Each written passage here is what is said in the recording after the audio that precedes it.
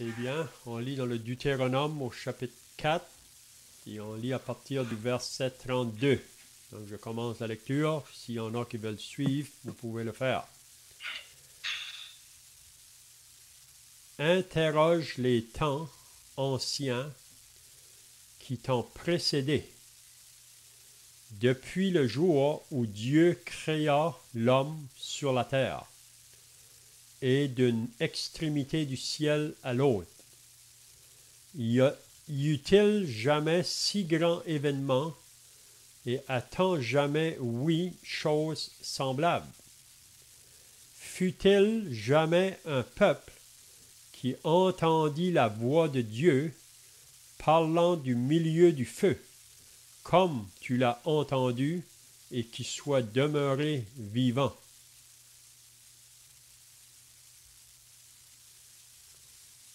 Fut-il jamais un Dieu qui essaya de venir prendre à lui une nation du milieu d'une nation, par des épreuves, des signes, des miracles et des combats, à main forte et à bras étendus, et avec des prodiges de terreur, comme l'a fait pour vous l'Éternel, votre Dieu, en Égypte, sous vos yeux? Tu as été rendu témoin de ces choses, afin que tu reconnusses que l'Éternel est Dieu et qu'il n'y en a point d'autre.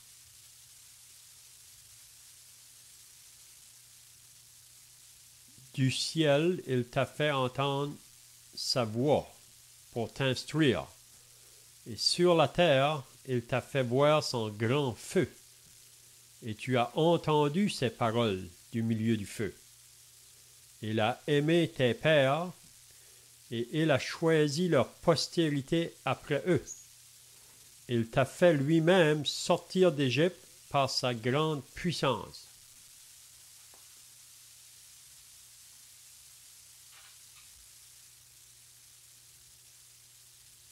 Il a chassé devant toi des nations supérieures en nombre et en force pour te faire entrer dans leur pays, pour t'en donner la possession, comme tu le vois aujourd'hui. Sache donc en ce jour et retiens dans ton cœur que l'Éternel est Dieu, en haut dans le ciel et en bas sur la terre, et qu'il n'y en a point d'autre.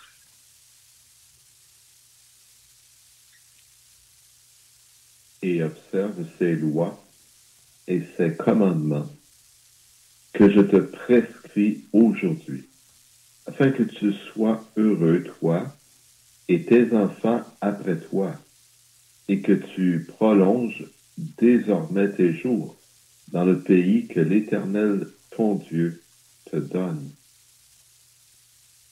afin qu'elles servissent. Alors Moïse choisit 3 villes de l'autre côté du Jourdain, à l'Orient.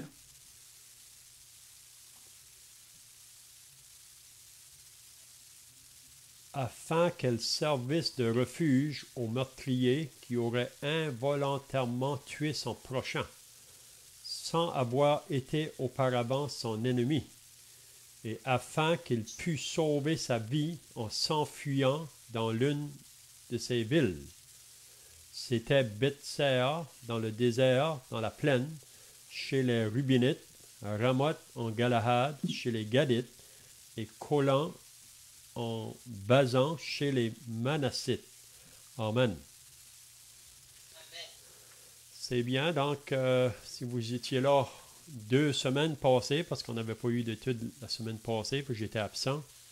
Donc, 2 semaines passées, on avait regardé ces paroles dans le Deutéronome au chapitre 4. Qu'est-ce qu'on avait vu là au chapitre 4? Dieu mettait en garde les Israélites qui allaient entrer dans la terre promise. Il les mettait en garde contre l'idolâtrie. L'idolâtrie. Puis on avait dit que l'idolâtrie, c'est quelque chose qui prend place entre moi et Dieu. C'est une chose qui prend place entre moi et Dieu. Parce que le moment qu'on se détourne du Dieu vivant, du Dieu vrai, donc l'homme va s'attacher à d'autres dieux ou à toute chose vraiment qui prend la place de Dieu. Vous savez, quand que Dieu a créé l'homme, il a créé l'homme pour que l'homme l'adore et le serve. Mais on sait que Adam, le premier homme que Dieu avait créé de la poussière de la terre, il avait placé dans un jardin en Éden. Puis ensuite, il a fait une femme pour être une aide à l'homme. Puis vous savez que la femme a été créée d'une des côtes de l'homme. Puis dans le jardin, si vous vous rappelez, Dieu avait dit à l'homme et à la femme qu'ils pouvaient manger de tous les arbres qui étaient dans le jardin, excepté l'arbre au milieu du jardin, l'arbre de la connaissance du bien et du mal. Parce qu'il a dit que le jour où vous allez manger à cet arbre, vous allez mourir. Donc, quand Dieu a créé l'homme, il a créé pour qu'il vit, et non pas pour qu'il meure. Mais si l'homme va vivre, il faut qu'il soit obéissant à la voix de Dieu. Puis si vous vous rappelez, dans le jardin, c'est que Satan est venu par le serpent, puis il a séduit la femme qui a mangé à cet arbre, puis ensuite elle l'a donné aussi à Adam, que lui aussi en a mangé. Puis c'est à ce moment-là que la mort est venue. On sait que Adam et Ève, ils ne sont pas morts à ce moment-là physiquement, ils sont morts spirituellement. Ils ont été déconnectés de Dieu à cause de leur désobéissance à un commandement que Dieu leur avait dit. Puis c'est bien clair que c'est l'homme vraiment qui est responsable d'avoir eu fait entrer le péché dans le monde. C'est ça qu'on lit dans Romains 5. C'est pourquoi par un seul homme, le péché est entré dans le monde. Donc l'homme, là, ça parle de Adam. Et par le péché, la mort, et ainsi la mort s'est étendue sur tous les hommes, parce que tous ont péché. Donc, le péché est entré par un homme, puis ensuite, ça a affecté toute la race humaine. Donc, depuis ce temps-là, l'homme a pris un chemin d'égarement, un chemin séparé de Dieu. Mais, il faut aussi se rappeler que depuis ce temps-là, depuis qu'Adam a péché, Dieu est à la recherche de l'homme. Il faut se rappeler que quand Adam a péché, et Ève, ils ont voulu se cacher en arrière des arbres dans le jardin. Pourquoi qu'ils voulaient se cacher? C'est parce qu'ils savaient qu'ils avaient transgressé la loi que Dieu leur avait donnée. Donc, quand on transgresse la loi de Dieu ou on désobéit au commandement de Dieu, on veut se cacher de lui. Mais Dieu est venu pour dire « Où es-tu, Adam? » Donc, depuis le début, Dieu est à la recherche de l'homme perdu. La raison que l'homme est perdu, c'est parce qu'il a été déconnecté à cause de la désobéissance. Mais Dieu, encore aujourd'hui, même on voit dans l'évangile de Luc, là, au chapitre 15, Jésus a parlé d'une parabole, puis ça comprend de 3 choses qui ont été perdues. Une brebis perdue, une pièce de monnaie perdue, puis un fils perdu. Qu'est-ce qu'on apprend dans cette parabole-là? C'est que la Trinité, le Père, le Fils, le Saint-Esprit, sont à la recherche du pécheur perdu depuis ce temps-là. Mais juste pour dire que quand que l'homme est loin de Dieu, séparé de Dieu, donc il veut se tourner vers les idoles, il veut se tourner vers d'autres dieux, puis aussi ça engendre une vie associée souvent à la débauche, à une vie vraiment d'impiété. Hein? Mais Dieu appelle toujours l'homme. Donc ici, qu'est-ce qu'on voit dans le Deutéronome? Si vous étiez là dans les semaines passées, c'est que Moïse est en train de répéter la loi. C'est ça que Deutéronome veut dire, la répétition de la loi ou une seconde loi. Puis la raison qu'il va répéter cette loi-là, c'est parce que la première génération à qui la loi a été donnée, savez, sur la montagne du Sinaï. Toute cette première génération-là, si vous vous rappelez, là, ils sont morts dans le désert à cause de leur murmure, à cause de leur plainte, à cause de leur désobéissance. Ils sont tous morts dans le désert. Ce n'était pas ça le plan de Dieu pour eux. Le plan de Dieu, c'est qu'ils entrent dans le pays promis. Mais à cause de leur désobéissance, donc, Dieu a dit, vous ne voulez pas entrer, vous, la première génération, mais c'est la deuxième qui entrera. C'est vos enfants qui vont entrer. Donc, c'est à eux ici que Moïse est en train de répéter la loi avant qu'ils entrent dans le pays. Donc, il mentionne concernant les idoles qui se trouvent dans le pays. Parce que dans le pays de Canaan, il y a beaucoup de pays là, mais eux, ils ont leur Dieu. Puis, il faudra que les Israélites, le peuple choisi de Dieu, eux, ils ne devront pas se mêler avec ces dieux-là. Hein? Donc, c'est ça qu'on a vu là, dans les semaines passées, de ne pas avoir contact avec l'idolâtrie. Donc, on avait vu aussi le verset 32, je pense, la dernière fois, 2 semaines passées, là. Donc, on va commencer au verset 33 du chapitre 4. Donc, je ne sais pas si quelqu'un qui était là la dernière fois, s'il y a d'autres choses à ajouter, là. Si vous avez d'autres pensées, vous pouvez le faire. Sinon, on commence le verset 33.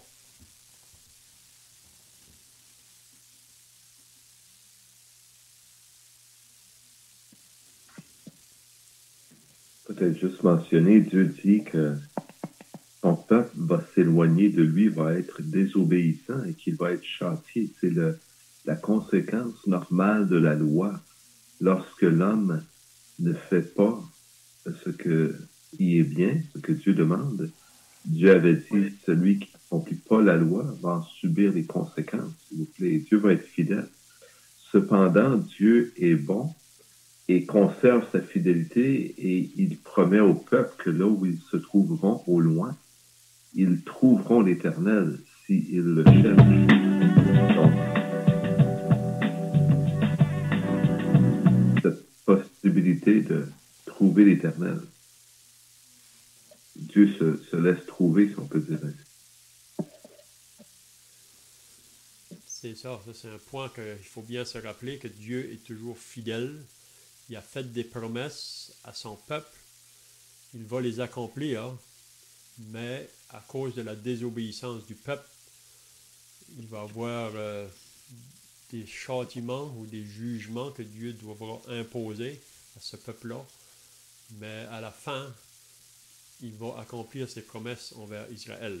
On sait que présentement, Israël est comme mis de côté, parce qu'on est dans la dispensation de l'Église, et on est dans la Nouvelle Alliance, le peuple de la Nouvelle Alliance. Mais après que l'Église est enlevée, on peut voir, selon l'Épître aux Romains, là, si vous lisez le chapitre 9, 10 et 11 de l'Épître aux Romains, vous allez voir que Dieu va recommencer de nouveau à travailler avec Israël, parce que même toutes les prophéties qui ont été annoncées s'accomplissent au travers de ce peuple-là. Donc on pourrait dire que l'horloge prophétique est comme arrêtée présentement, parce qu'on est dans le temps de l'Église, mais après que l'Église est enlevée, cette horloge-là va recommencer. Puis c'est dans les temps de la tribulation là, que Dieu va faire un travail. Puis à la fin, on lit à la fin de la tribulation que tout Israël sera sauvé à la fin. Ceux qui seront là à ce moment-là, quand que Jésus va paraître du ciel pour venir à la terre pour combattre l'Antichrist et le faux prophète, qui seront réunis une armée avec eux autres pour faire la guerre à Israël à ce moment-là. Donc Jésus va paraître dans le ciel sur son cheval blanc. C'est là qu'ils vont reconnaître, même qu'ils vont demander d'où viennent les marques que tu as aux mains. Il va dire ça vient de la maison de mes frères. C'est là qu'ils vont reconnaître que c'est lui le Messie qu'ils ont rejeté. Mais là, il y a beaucoup qui vont le recevoir. OK, donc on va au verset 33. Donc ici, on voit que Moïse pose des questions à Israël à ce moment-ci, là, à la nation qui va entrer dans la terre promise. Il va leur dire, fut-il jamais un peuple qui entendit la voix de Dieu parlant du milieu du feu comme tu l'as entendu et qui soit demeuré vivant. Donc ici, qu'est-ce que Moïse fait? Il veut rappeler à cette génération-là là, les choses du passé. Qu'est-ce qui a pris place dans le passé?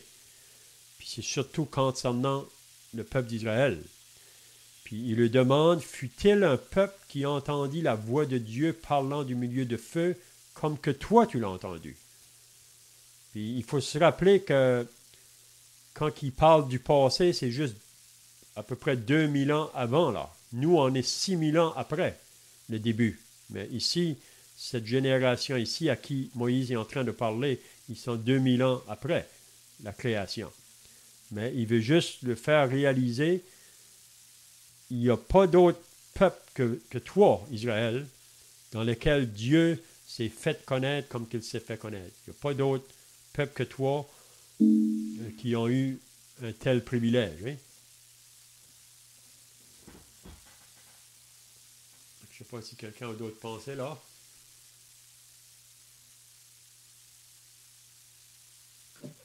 Mais comme tu le mentionnes, Néon, il n'y a pas d'autre peuple qui a eu un tel privilège. Il le mentionne pour qu'Israël le sache et le reconnaisse.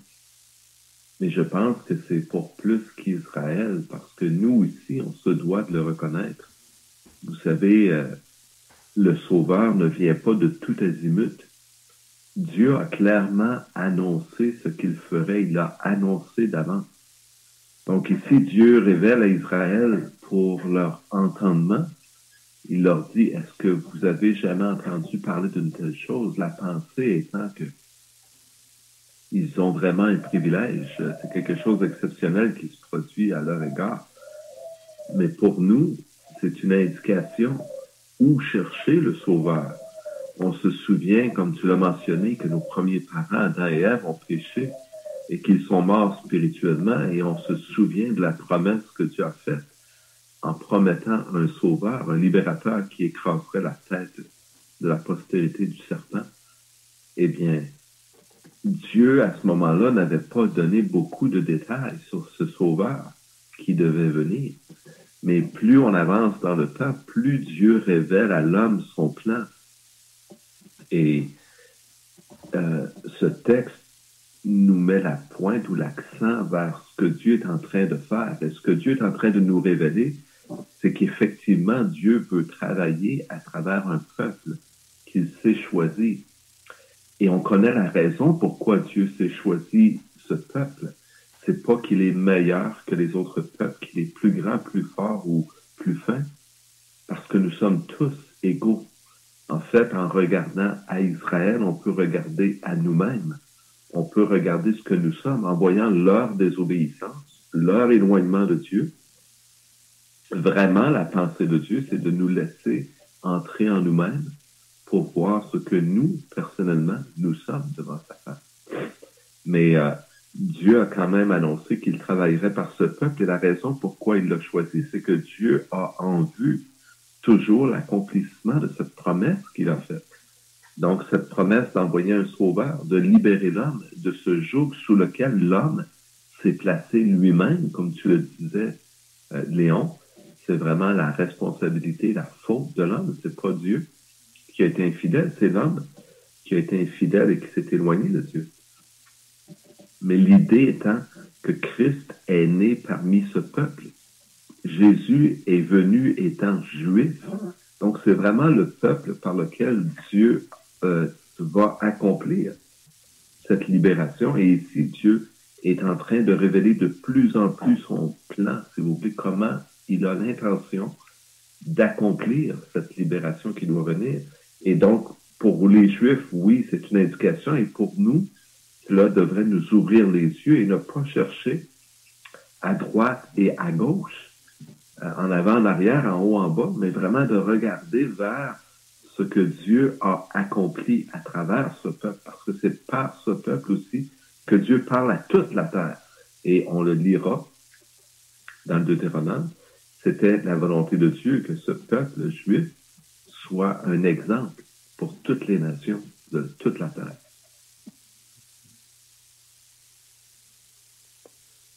Donc c'est pour cela que depuis le début, que le diable s'est acharné de vouloir détruire ce peuple-là. Parce que le diable sait que c'est au travers de ce peuple-là que le Messie devait venir, que tout va s'accomplir vraiment comme les prophètes l'ont dit. Donc l'ennemi, puis c'est triste parce que la raison que Moïse ici met tellement d'emphase là, au peuple d'Israël là, concernant le vrai Dieu, c'est parce que il y a toujours le danger de se détourner de ce vrai Dieu parce qu'il y a un ennemi qui travaille contre ce Dieu-là. Donc, on a appelé à combattre contre les ennemis qui veulent nous détourner de Dieu. Puis vraiment, qu'est-ce qui va arriver pour Israël quand ils vont entrer dans le pays promis? Ils vont rencontrer là, des peuples qui sont ennemis de Dieu. Donc, c'est pour ça qu'il ne faudra pas se mélanger. Vous savez, le peuple de Dieu est toujours un peuple qui est appelé à être séparé. Ce n'est pas un peuple qui va être isolé, mais un peuple séparé. Il doit se séparer de toutes les pratiques païennes ou des nations aux alentours. C'est la même chose pour nous aujourd'hui, comme peuple de Dieu, en tant que l'Église. Même Jean nous dit dans son épître, « N'aimez point le monde, ni les choses qui sont dans le monde, car si quelqu'un aime le monde, l'amour du Père n'est point en lui. » Qu'est-ce que c'est les choses de ce monde? C'est la convoitise de la chair, la convoitise des yeux et l'orgueil de la vie. Donc, même en nous-mêmes, nous avons une nature qui veut nous détourner de Dieu, qui veut nous attirer en dehors de la pensée de Dieu. Donc, c'est pour ça que ici, on voit que Moïse met beaucoup d'emphase là. Il veut répéter ça à ce peuple-là, puis on sait, même s'ils vont, comment je dirais, même si Moïse va leur révéler ça davantage, c'est un peuple qui va quand même prendre un chemin d'égarement. C'est pour ça qu'il ne faut pas se lasser de lire la parole de Dieu, puis de vouloir l'entendre, l'écouter, parce que c'est par elle qu'on va être gardé ou préservé. Puis comme le frère vient de dire tout à l'heure, ça c'est pour nous aussi aujourd'hui. Vous savez, ce qui est écrit concernant Israël, c'est pour nous servir d'instruction à nous aujourd'hui, qui sommes rendus à la fin des siècles. C'est pour ça que l'apôtre Paul pouvait dire dans l'épître aux Colossiens, si vous vous rappelez, en parlant aux chrétiens, alors, il leur disait « Rendez grâce à Dieu de ce qui vous a rendu capable d'avoir part à l'héritage et avoir part à la lumière. » Parce que c'est seulement la grâce de Dieu, vraiment, qui est venue nous chercher, comme la grâce de Dieu qui a appelé ce peuple-là sous l'Ancienne Alliance. C'est la grâce de Dieu encore aujourd'hui qui nous appelle. Puis on n'est pas différent, comme qui a été mentionné. Si on lit dans l'Épître aux Romains, au chapitre 11, même l'apôtre Paul met les nations en garde. Parce que si Israël, qui était la racine, si on peut dire, a été mis à côté, il ne faut pas penser qu'on ne pourrait pas faire la même chose. Donc on est appelé à s'attacher à Dieu. C'est pour ça les passages qu'on va lire là. Il veut faire comprendre à ce peuple-là qu'il n'y a pas d'autre Dieu semblable à lui. Il n'y en a pas d'autre. Hein? Le verset 34, c'est ça qu'il va dire. Il dit au verset 34, « Fut-il jamais un Dieu » donc, en voulant leur dire qu'il n'y en a pas d'autre Dieu qui a travaillé comme ce Dieu ici, le Dieu vivant. « Fut-il jamais un Dieu qui essaya de venir prendre à lui une nation du milieu d'une nation. » Donc, il a pris à lui une nation, c'est-à-dire Israël, au milieu d'une nation. Ça, c'était quand il se trouvait en Égypte. Il dit, par des épreuves. Il dit, est-ce qu'il y a un autre Dieu qui a fait ça auparavant? Il n'y en a pas. Par des épreuves, des signes, des miracles et des combats. À main forte et à bras étendus, et avec des prodiges de terreur, comme l'a fait pour vous l'Éternel, votre Dieu, en Égypte et sous vos yeux. Tu as été rendu témoin de ces choses. Donc, ce n'est pas des choses qu'ils ne connaissent pas. C'est vrai que pour cette génération ici, à qui Moïse parle, eux, ils n'étaient pas là au début. C'est vraiment la première génération qui a expérimenté la délivrance en Égypte. Mais je crois que la première génération a enseigné ça à cette deuxième génération. Donc, ils sont quand même au courant de ça. Hein? Donc, tu es témoin de ces choses. Donc, il veut se faire réaliser quel autre Dieu aurait pu faire ça. Hein? Quand on lit l'histoire de ce peuple-là, là, Israël, qui était en Égypte, sous la servitude, sous l'esclavage de Pharaon, puis que Dieu, par son bras puissant, a délivré ce peuple-là. Vous savez, l'Égypte, c'est un portrait du monde. Pharaon, c'est un type du diable. Mais ça prenait la puissance du Dieu vivant pour pouvoir délivrer ce peuple, pour les conduire dans un désert. Ça, c'est une autre chose. À la pensée humaine, c'est impossible que ce peuple-là pourrait vivre dans un désert. Mais avec Dieu, rien n'est impossible. Dieu avait promis sa promesse avec eux autres. Puis tous les signes qui ont été faits en Égypte, là, ils sont témoins de ça. Même quand ils sont sortis de l'Égypte, puis ils sont arrivés à la mer Rouge, si vous vous rappelez, là, le peuple a été saisi par une grande frayeur parce que Pharaon revenait avec son armée pour les prendre de nouveau, pour les amener en Égypte. Puis vous vous rappelez qu'est-ce qui est arrivé là? Même ça nous dit qu'ils vont dire à Moïse, pourquoi tu nous as apportés ici pour nous faire mourir dans le désert? On aurait dû rester en Égypte. Donc le peuple est devenu dans un doute. Et là, Dieu a dit à Moïse, dis au peuple, restez en place. Restez en place. Parce que la délivrance va vous être accordée en ce jour. Puis vous vous rappelez que Moïse a étendu sa verge, puis la mer Rouge s'est ouverte. Ils ont traversé au travers. Donc Dieu voulait apprendre à ce peuple-là qu'il faut vous confier en moi. La marche avec Dieu, c'est une marche par la foi et non pas par la vue. Puis il faut que le peuple apprenne ça. Puis si on n'apprend pas que la marche pour un chrétien, c'est une marche par la foi, on ne va pas avancer. On va tomber, on va reculer. Un peu comme l'histoire d'Israël dans le désert. Hein? Donc, je ne sais pas si vous avez d'autres pensées ici.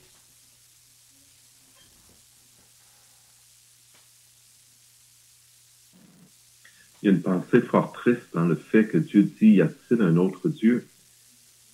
Et il arrive pour dire à la fin, je suis le Dieu unique, afin que tu reconnaisses que l'Éternel est Dieu et qu'il n'y en a point d'autre. C'est la fin du verset 35. Ça veut dire que l'homme, naturellement, comme tu l'as déjà mentionné, je pense aussi Léon, a tendance à se créer des dieux. Non pas qu'il y ait d'autres dieux, il y en a un seul.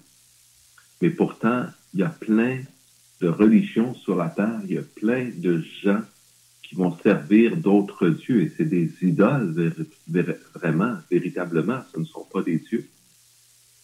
Ou bien même pire, des démons, si on veut. Donc, Dieu révèle qu'il est le seul Dieu et qu'il n'y en a point d'autre. Ne cherchez pas ailleurs. Et vous n'avez jamais vu une chose pareille parce que je suis Dieu et je vous montre par ces choses qui je suis. C'est l'idée vraiment de Dieu qui est derrière cette pensée. Et Dieu veut que Israël puisse reconnaître ces choses, qu'ils entrent en eux-mêmes et qu'ils voient cette réalité. Donc, il y a une tristesse là-dedans, mais il y a aussi encore la fidélité de Dieu. C'est-à-dire que Dieu les a libérés de l'esclavage en Égypte. Mais on sait que le peuple va désirer même retourner vers cet esclavage, hein, retourner en Égypte pour avoir ce qu'ils avaient en Égypte. Donc, comme tu le disais, il y a la chair, notre propre cœur parfois qui voudrait retourner à notre asservissement pour obtenir certains, on va dire, plaisirs du monde. Mais Dieu va être dans le désert, donc c'est pas une terre hospitalière. Et c'est une marche dans le désert où Israël va être dépendante de Dieu. Ils vont avoir besoin de Dieu et Dieu va les guider, on le sait, avec pendant le jour une colonne de nuée, pendant la nuit une colonne de feu. Donc le peuple n'est pas seul dans le désert, Dieu est avec eux, il les garde. Dieu les conduit Et c'est vraiment, comme tu le dis, une marche de foi. On a besoin de Dieu. Dieu ne nous a pas abandonnés, Dieu nous guide. Il faut qu'on cherche sa face et qu'on se laisse guider par Dieu, marcher dans les voies que Dieu met. Et si on ne le fait pas, comme Israël dans le désert qui était dépendant de Dieu, si on veut se rendre indépendant de Dieu, on va avoir beaucoup de problèmes. On va subir beaucoup de tribulations, ça ne fonctionnera pas. Donc, c'est vraiment notre dépendance face à Dieu et notre soumission à sa direction qui est importante ici de souligner peut-être aussi. C'est ça. Parce que il faut la traversée du désert pour arriver au pays promis. Mais cette traversée-là, c'est par la foi qu'on peut le faire. La raison pourquoi que la première génération est morte dans le désert, c'est parce qu'ils n'ont pas marché par la foi. C'était la vue. Et si vous remarquez, comme qui vient d'être dit, souvent quand ils étaient placés dans des épreuves, leurs yeux étaient tournés en Égypte, plutôt d'être tournés en Canaan. Mais c'est seulement par la foi que nos yeux peuvent être tournés à Canaan. Il y a 2 hommes qui se trouvaient parmi cette génération-là première, là, Caleb et Josué. Dans le désert, leurs yeux étaient Canaan. Ce n'était pas l'Égypte. Puis c'est la même chose pour nous aujourd'hui. Si on va être capable d'avancer, puis si on va être capable de réjouir les bénédictions spirituelles dans les lieux célestes, parce que c'est ça qui est Canaan pour nous aujourd'hui, qui sommes associés au peuple de Dieu. Si on veut réjouir de ces bénédictions-là, c'est par la foi. Le moment qu'on marche par la vue ou dans la chair, on n'avance pas. On ne va pas avancer. Vous savez, c'est possible comme chrétien de jamais arriver à Canaan. On reste dans le désert à cause de nos murmures, à cause de nos plaintes, à cause de manque de confiance dans le Dieu qui nous a sauvés. Et c'est ça que Dieu veut le faire comprendre ici, là. Donc, c'est des enseignements pour nous. Même Paul, si vous lisez dans 1 Corinthiens chapitre 10, il prend l'exemple d'Israël pour enseigner les Corinthiens. Hein? Puis c'est là qu'il leur fait comprendre là, que celui qui est debout prenne garde de tomber. Puis la raison, c'est parce qu'il y a des Corinthiens, parce qu'ils étaient charnels, qui allaient dans toutes sortes de lieux où qu'ils n'auraient pas dû aller. Ils pensaient qu'ils étaient assez forts. Mais vraiment, notre force, c'est dans le Seigneur. Hein? Puis si on marche dans le Seigneur, on va marcher, comme on a dit tout à l'heure, dans une vie de séparation avec les choses de ce monde. Donc, je ne sais pas si quelqu'un d'autre a des questions là, ou d'autres pensées. Vous pouvez le faire si vous avez des pensées.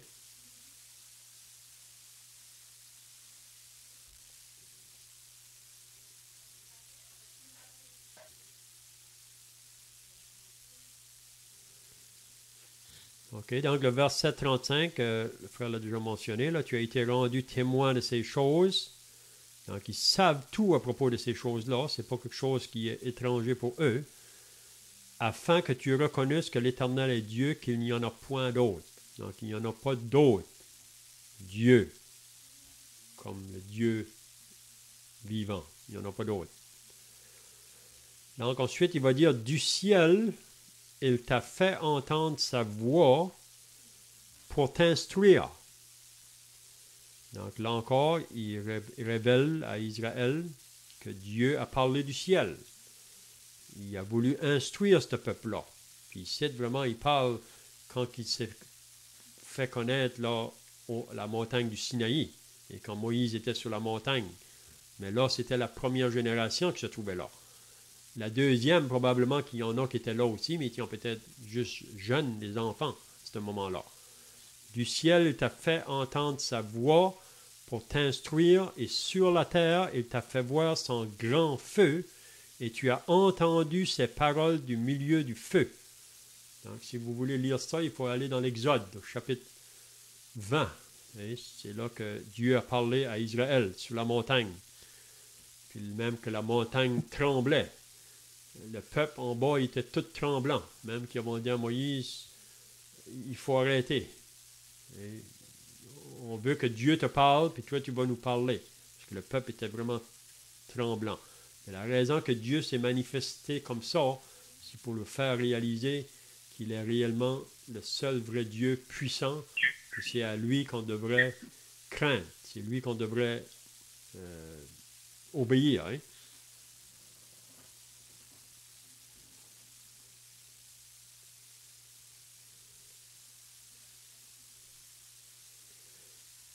Donc le verset 37, quand il dit « Il a aimé tes pères et il a choisi leur postérité après eux ». Qui étaient les pères que Dieu a aimés?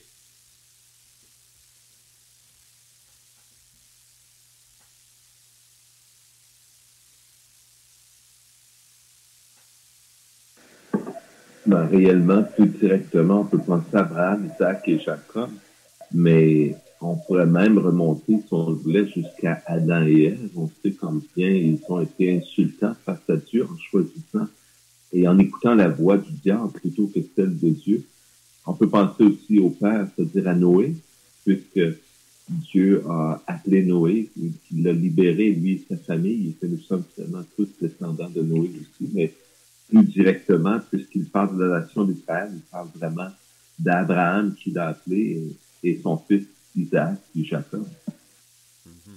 C'est ça.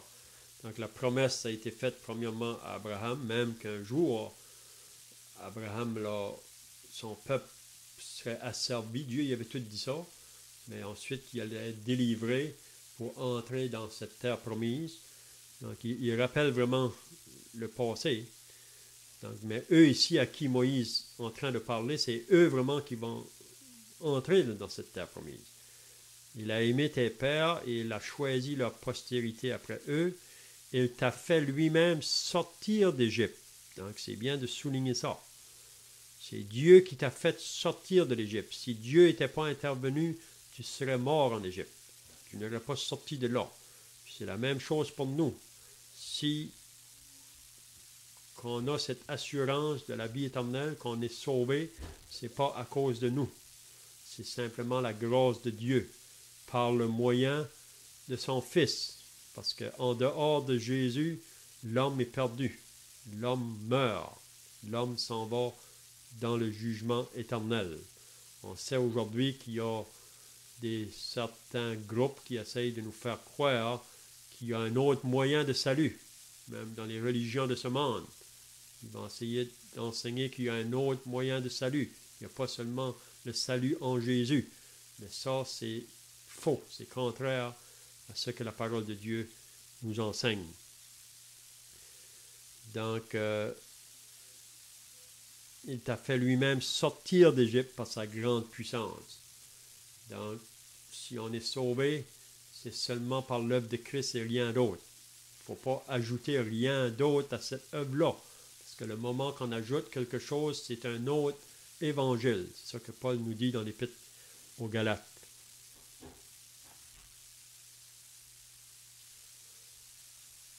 Donc le verset 37, « Il a aimé tes pères, il a choisi leur postérité. » Ok, on vient de dire ça.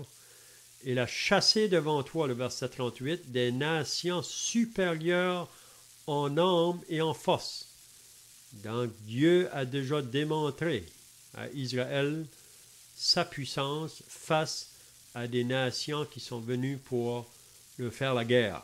Il a chassé devant toi, même dans le désert, là, juste avant qu'ils arrivent à ce moment ici.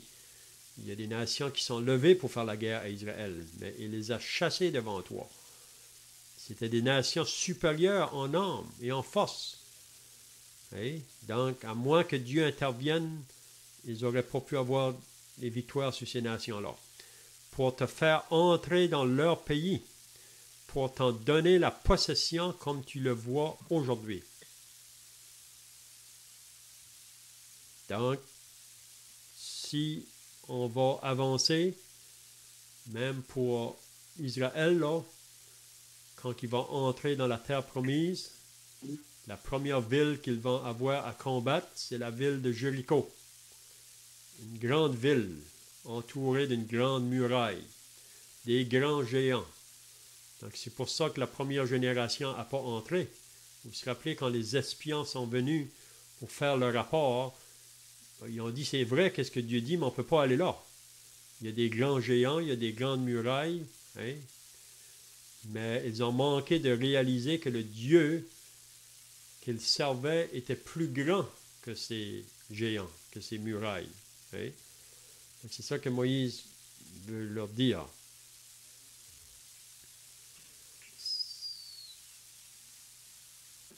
On peut voir en fait que c'est vraiment la dépendance face à Dieu, hein, puisqu'il y a des nations plus grandes et qu'ils doivent s'emparer de cette terre que Dieu leur a promise. Bien, pour le faire, ils se doivent d'être dépendants de Dieu. Et dans notre marche sur la terre, c'est la même chose. On se doit de demeurer dépendant de Dieu. Donc, on ne doit pas compter sur notre bonne fortune, notre intelligence, nos talents, notre capacité. Mais vraiment, c'est une promesse qui vient de Dieu et que Dieu va accomplir. On a notre part à faire. Israël a vraiment eu à rentrer dans cette terre. On a notre part à faire. On a notre marche à faire. Mais si c'est trop grand, ce qu'il y a devant nous, trop pesant, trop fort, plus grand que nous, on doit continuer d'avancer et avoir cette foi dans Dieu, que Dieu le sait, Dieu nous voit et d'une façon ou d'une autre, Dieu va pourvoir. Donc, c'est vraiment, cette dépendance, c'est vraiment la marche chrétienne, c'est-à-dire la marche dans la foi. Si on regarde à la vue, et tu l'as mentionné, je pense, Léon, si on regarde à ce que ces gens voyaient, c'était pas faux. Il y avait des géants, il y avait un ennemi, là. Il était grand, il était fort, il était plus fort qu'eux, Dieu le dit. Donc, aux yeux de l'homme, logiquement, il fallait pas aller là. C'était des gens, c'était dangereux, c'était leur mort. Mais c'est pas, ça c'est en comptant sur leur force à eux. Mais en comptant avec la force de Dieu, ça change tout le portrait. Donc, c'est vraiment, c'est volontairement que Dieu a fait ces choses et qu'il a choisi une petite nation du milieu des nations et il voulait que cette nation soit dépendante de lui et vraiment, si Israël avait été fidèle à Dieu, le succès était devant lui. Il n'y avait personne qui aurait pu résister à Israël.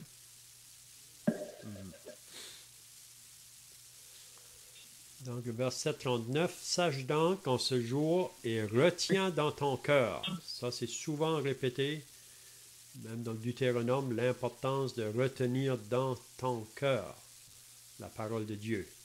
Parce que si la parole de Dieu ne va pas plus loin que notre tête, elle ne va rien produire.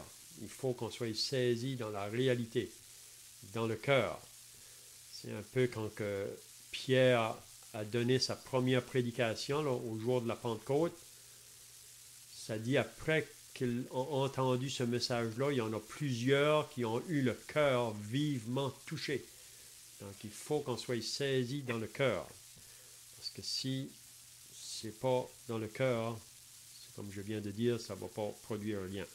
Sache donc en ce jour et retiens dans ton cœur que l'Éternel est Dieu. Donc il répète encore la même chose. Donc, il ne faut pas avoir peur de répéter. Et des fois, on veut souvent entendre des choses nouvelles, mais si on lit la parole de Dieu, souvent, il y a de la répétition. Pourquoi? Parce qu'on a tendance à oublier. Puis, on est vite éloigné, puis on sait que c'est vraiment l'ennemi, vraiment, surtout la chair en nous, qui s'oppose à ces choses-là.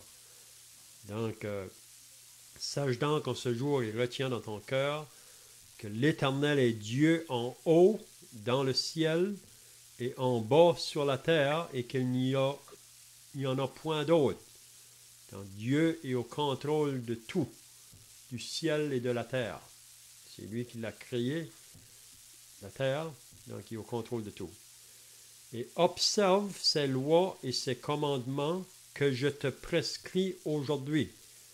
Donc, qu'est-ce qu'il va faire si que Israël va avoir de la réussite dans leur marche? L'importance d'observer les lois et ces commandements que je te prescris aujourd'hui, afin que tu sois heureux. Donc, on ne peut pas être heureux en dehors de la parole de Dieu. Si vous cherchez le bonheur ailleurs que dans la parole de Dieu ou les vérités que Dieu nous a transmises, vous n'allez jamais trouver. C'est ça que l'homme sans Dieu aujourd'hui essaye de faire. Il essaye de combler ce vide-là qui est à l'intérieur de lui par d'autres choses. que ce que Dieu a dit. Mais jamais il va être rassasié. Il va toujours être à la recherche.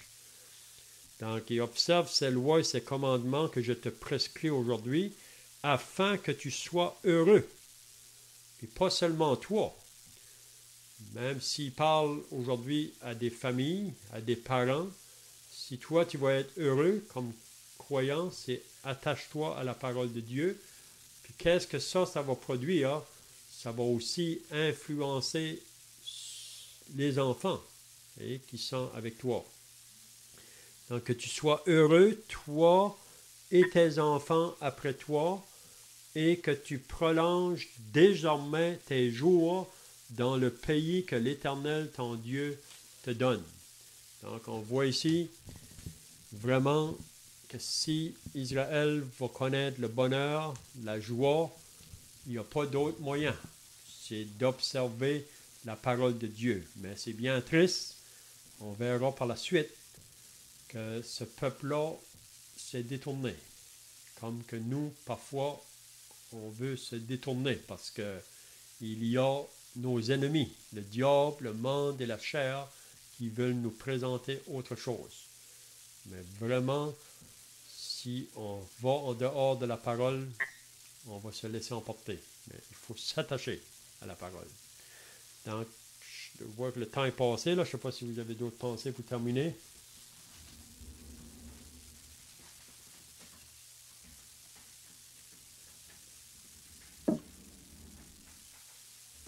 Je ne sais pas si tu voulais donner quelques précisions, parce que aujourd'hui, on a parlé beaucoup de la chair, qui était l'ennemi, qui est en nous. Juste expliquer, peut-être tu peux l'expliquer, Léon, que la chair, c'est pas une référence nécessairement à un corps de chair, mais c'est vraiment le principe intérieur de l'homme qui rejette Dieu et qui veut marcher, comment dire, dans ses propres voies, selon sa propre pensée, selon sa propre perception, selon ses propres désirs. Donc, c'est juste préciser, peut-être que c'est pas l'idée que notre corps est mauvais, mais c'est vraiment le cœur de l'homme, la pensée de l'homme, l'attitude, si on veut, même de l'homme. C'est ça. C'est pour ça que Paul, dans l'Épître aux Galates, il exhorte les chrétiens de la Galatie de marcher selon l'esprit afin de ne pas accomplir les désirs de la chair. Parce que la chair a des désirs contraires à ceux de l'esprit. Puis là, il mentionne vraiment qu'est-ce que les œuvres de la chair. Donc, si on veut avoir la victoire sur cet ennemi-là, pour moi, c'est l'ennemi le plus proche de nous. Parfois, on est porté à blâmer toujours le diable, mais ce n'est pas toujours le diable. On sait qu'il est en arrière de tout, là, mais cette chair-là en nous, cette nature qui est associée au péché, à ses passions. Donc, la seule manière qu'on peut avoir la victoire, c'est une marche par l'esprit. Plus après, Paul va dire qu'est-ce que c'est que le fruit de l'esprit. Et si on marche par l'esprit, on va produire le fruit de l'esprit. Il mentionne 9 choses. Ouais. Ça, c'est bien d'être conscient de ça. La chair ne va jamais nous laisser. Pendant notre vie sur la terre, elle ne va jamais nous laisser, elle va toujours nous faire la guerre. Donc, c'est bien, on va terminer par la prière. Donc, si un frère va terminer par la prière. On te rend grâce pour ton Fils unique. On te rend grâce que tu es le Dieu qui créa l'homme. Et tu es le Dieu qui communiqua avec l'homme. Et quand l'homme est perdu, tu es le Dieu qui sauve les hommes. On rend grâce pour le Fils de l'homme qui est venu sauver celui qui était perdu. Et on te rend grâce pour son Fils qui est mort sur la croix pour nos péchés, afin que nous puissions être sauvés. Et on te rend grâce pour celui qui est ressuscité et qui est vivant aujourd'hui. On te rend grâce aussi pour l'opportunité d'étudier la Bible ensemble. Au nom du Seigneur Jésus. Amen. Amen.